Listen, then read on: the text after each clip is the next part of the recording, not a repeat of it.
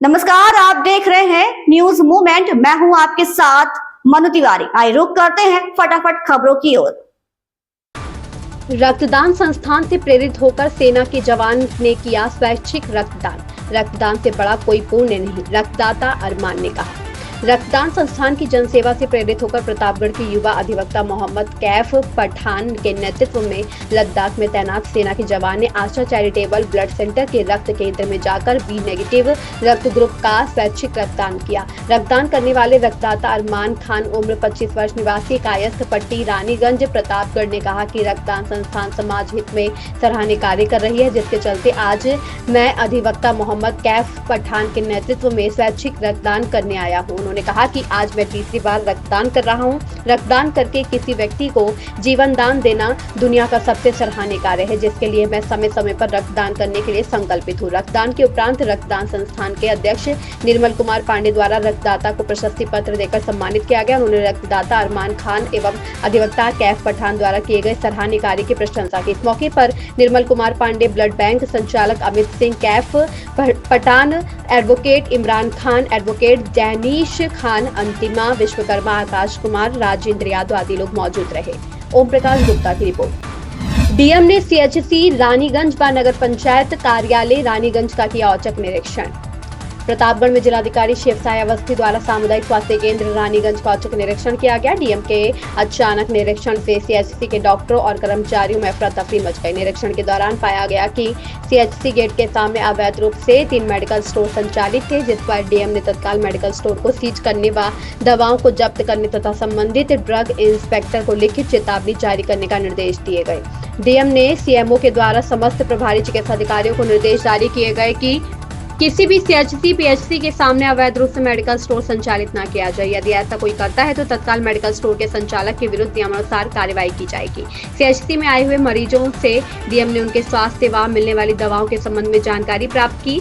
उसके उपरांत दवा वितरण काउंटर पर जाकर दवाओं की जाँच की और स्टॉक रूम को देखा। जो पीछे रैक लगी थी उनमें दवाओं के नाम अंकित थे, परंतु मौके पर कुछ रैंकों में संबंधित दवाओं नहीं पाई गई और पाया गया कि प्रभारी चिकित्सा अधिकारी द्वारा स्टॉक रजिस्टर का सत्यापन नहीं किया गया है। स्टॉक रजिस्टर में दवाओं की एंट्री सही नहीं पाई गई।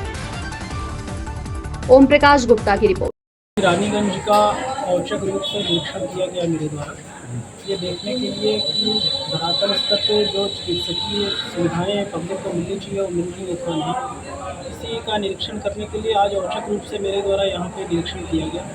निरीक्षण के समय यहाँ पे उपस्थित पाए गए, कतिपय डॉक्टर्स अनुपस्थित पाए गए हैं, जिनका 1 दिन का वेतन रोकते हुए उनसे कारण बताओ नोटिस जारी किया जाएगा और स्पष्टीकरण जो प्राप्त होगा तो उसके आधार पर आगे कार्रवाई की जाएगी। कतिपय कर्मचारी भी अनुपस्थित मिले हैं और कई लोगों को बताया गया कि वो नाइट ड्यूटी कर रहे हैं इसलिए अनुपस्थित हैं। तो मेरे द्वारा ये जानकारी की गई कि इस संबंध में क्या कोई रूल है, तो ऐसा कोई रूल मेरी जानकारी में प्रकाश में नहीं आया है। तो इस संबंध में स्थिति स्पष्ट करने के लिए सीएमओ से पूछा जा रहा है। साथ ही यहाँ पे आप देख रहे हैं कि एक बिल्डिंग कंप्लीट है पीएम अभियान के अंतर्गत, इसको तत्काल हैंडओवर करा के उसमें लैब इत्यादि संचालित कराने के निर्देश दिए गए हैं। यहाँ पे सारे डॉक्टर्स के लिए ओपीडी कक्ष मौजूद नहीं है, इस संबंध में भी मेरे द्वारा निर्देश दिए गए हैं कि सारे डॉक्टर्स ओपीडी करें, उसकी व्यवस्था कराई जाए। बगल वाली जो बिल्डिंग है जैसे ही हैंडओवर हो जाती है तत्काल लैब और फार्मेसी को वहाँ शिफ्ट किया जाएगा और यहाँ पे जो बाकी कक्ष मिलेंगे वहाँ पे इसका संचालन किया जाएगा, जो आपके ओपीडी कक्ष है। फार्मेसी की स्थिति काफ़ी ख़राब मिली है, चीफ फार्मासिस्ट और फार्मासिस्ट के खिलाफ कार्रवाई के लिए निर्देशित किया जा रहा है। जहाँ तक ओटी और उससे रिलेटेड इंफ्रास्ट्रक्चर है वहाँ पे व्यवस्थाएं ठीक पाई गई। वार्ड में भी जो लोग भर्ती थे मरीज उनसे भी बात की गई, वो सारे लोग यहाँ जो सुविधाएँ दी जा रही हैं उनसे संतुष्ट पाए गए। दवाएँ लोगों को मुफ्त में प्राप्त हो रही हैं, इस संबंध में लोगों के द्वारा बताया गया है। लोगों को पेयजल इत्यादि और शौचालय की प्रॉपर सुविधाएं रहें इसके लिए निर्देशित किया गया है। साथ ही आप देख रहे हैं कि गेट पे 3 मेडिकल स्टोर अवैध रूप से संचालित हो रहे थे, इनको तत्काल सीज करके इनके विरुद्ध कार्रवाई करने के निर्देश मेरे द्वारा दिए गए। और आज जो इंस्पेक्शन किया गया है और इसके जो भी ऑब्जर्वेशंस आए उनके आधार पे पूरे जनपद में सारे सीएचसीज को उसी तर्ज पे ठीक किया जाए, इसके लिए भी सीएमओ को निर्देशित किया गया है। और क्योंकि 3 मेडिकल स्टोर यहाँ पे अवैध रूप से संचालित पाए गए थे, तो इस संबंध में जो ड्रग इंस्पेक्टर हैं उनको चेतावनी भी लिखा पढ़ी में जारी की है। आप कोई प्रश्न करने को पूछना ये सर समस्या है कि आप कितने लोकप्रिय हैं। जब यहाँ की दुर्घटनाएँ हो जाती हैं करीब 1.5-2 घंटे तक एम्बुलेंस बड़ी समस्या है। अब देखिए, एम्बुलेंस का जो नियमानुसार टाइम है वो तो यहाँ पे 7-8 मिनट है। 7-8 मिनट में एम्बुलेंस को पहुँचना चाहिए, और अगर 7-8 मिनट में एम्बुलेंस नहीं पहुँच रही है तो निस्संदेह उस प्रकरण में कार्रवाई होनी चाहिए। जी करीब आपने 5 पहली लोग बार इकट्ठे बताया हुए है, हैं। मैं इस संबंध में सीएमओ से जवाब तलब करूँगा, और अगर ऐसे प्रकरण संज्ञान में आए तो डेफिनेटली उसमें कार्रवाई होगी। जानकारी वो चाहिए था क्योंकि ट्रामा सेंटर और सामुदायिक स्वास्थ्य दोनों के अलग अलग डॉक्टर हैं और यहाँ के डॉक्टरों से ट्रामा सेंटर को संचालित कराया जाता है। ये तथ्य प्रकाश में आया है। इस संबंध में सीएमओ से जानकारी प्राप्त की जा रही है, और वैसे भी प्रतापगढ़ में डॉक्टर्स की थोड़ा कमी है, संख्या में कमी है। और आपको पता होगा कि पहले कुंभ भी संचालित था, तो कुंभ की वजह से भी लोग गया हुआ था, लेकिन अब वो लगभग सारे डॉक्टर्स आ चुके हैं। अभी नई स्थानांतरण नीति आ गई है। मैं प्रमुख सचिव चिकित्सा स्वास्थ्य से भी मिल के आया हूँ अभी, और मैंने उनसे भी रिक्वेस्ट की है कि यहाँ पे जो भी पद खाली पड़े हैं उनको बढ़ाया जाए। सर एक निवेदन, जैसे कि ये मेन तहसील मिर्जापुर से मां ने जिस बेटे को बड़ी आशा के साथ ब्याज पर रुपया लेकर मां ने दुबई कमाने भेजा था, गुरुवार को उसका शव वापस लौटा। 3 अप्रैल को उसके साथियों से गोली लगने की जानकारी मिली। 1 मई को देहात कोतवाली इलाके के पिपराड़ाड़ गांव में शव पहुंचने पर कोहराम मच गया। बेटे के गायब होने पर युवक की मां मीला देवी ने जिलाधिकारी प्रियंका निरंजन के माध्यम से शव दिलाने की मांग प्रधानमंत्री नरेंद्र मोदी से किया था। 28 दिन बाद शव मिलने पर परिजन बिलख पड़े।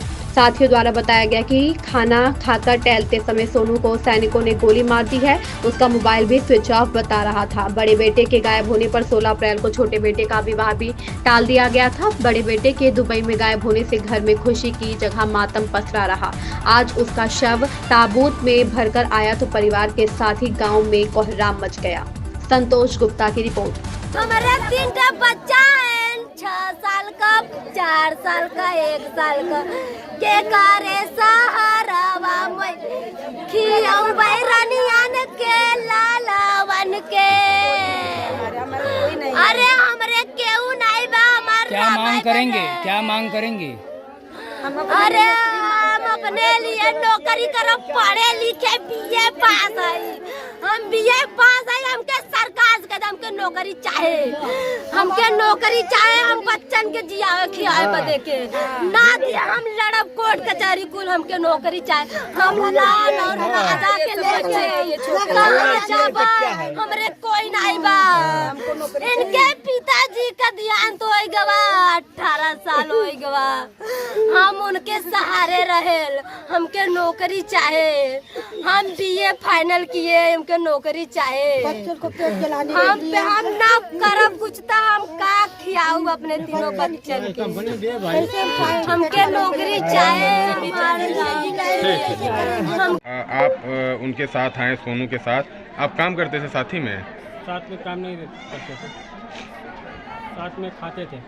अच्छा, आपके साथ ही रहते थे क्या ये? अच्छा, सोनू वहाँ पे क्या काम करते थे जो है? कारपेंटर का। अच्छा, कितने दिनों से आपके साथ वो रहते थे जो है? हम लोग यहाँ से साथी में गए थे, इंडिया से साथी में गए थे, साथ में थे हम लोग। 8 महीना हो गया। अच्छा, कैसे मौत हुई थी इनकी वहाँ पे? वो खाना खाकर बाहर टहलने बदे गए थे। 12 लोग, 5 लोग थे, दोस्त लोग, और ये लोग बाहर बैठे थे सब लोग। अब पुलिस वाला आया, देख कर ये लोग भागे और वो गोली चला दिया। अच्छा, गोली चला दिया। तो इन्हीं भर को गोली लगी थी या किसी और को भी? 2 लोग को लगी थी। अच्छा, गोली लगने के बाद इनके बॉडी को कहाँ लेके चला गया था सुनने में? ये हम लोग को पता नहीं। अच्छा, आपको ये बॉडी कब मिली है वहाँ से? हमको कल मिली बॉडी। कल मिली है। अच्छा, कल। आप मिर्ज़ापुर में कहाँ के रहने वाले हैं? पूरा सिद्धा जी। अच्छा, कौन सी कंपनी में काम कराया जा रहा था वहाँ पे जो है? हाईटेक की कंपनी में। हाईटेक कंपनी क्या काम कराती थी, मतलब क्या वहाँ पे कौन सा काम हो रहा था? दीवार बनता था बिल्डिंग का। अच्छा, बिल्डिंग का दीवार बनाया जाता था। अच्छा, ये सुनने में आता था कि जो है वहाँ जो है काम भी सही तरीके से नहीं कराया जाता था, काम सही नहीं कराया जाता। नहीं कराते। क्या दिक्कतें होती थी वहाँ पे जो है? उसमें हर काम कराते हैं। कारपेंटर में गए तो इसको ऐसे करो, ऐसे करो, ऐसे करेंगे। अपने मन से काम कराते हैं। अच्छा, सरकार की तरफ से कोई वहाँ सहयोग मिलता है कि नहीं जो है? नहीं मिला, कुछ भी नहीं मिला। कुछ भी नहीं मिला। अच्छा, अब आप दोबारा जाना चाहेंगे वहाँ पे दुबई? नया हम तो अब नहीं आप जाना चाहेंगे? क्या नाम है आपका? राजन। इन खबरों में बस इतना ही। बने रहिए हमारे साथ और देखते रहिए न्यूज़ मूवमेंट।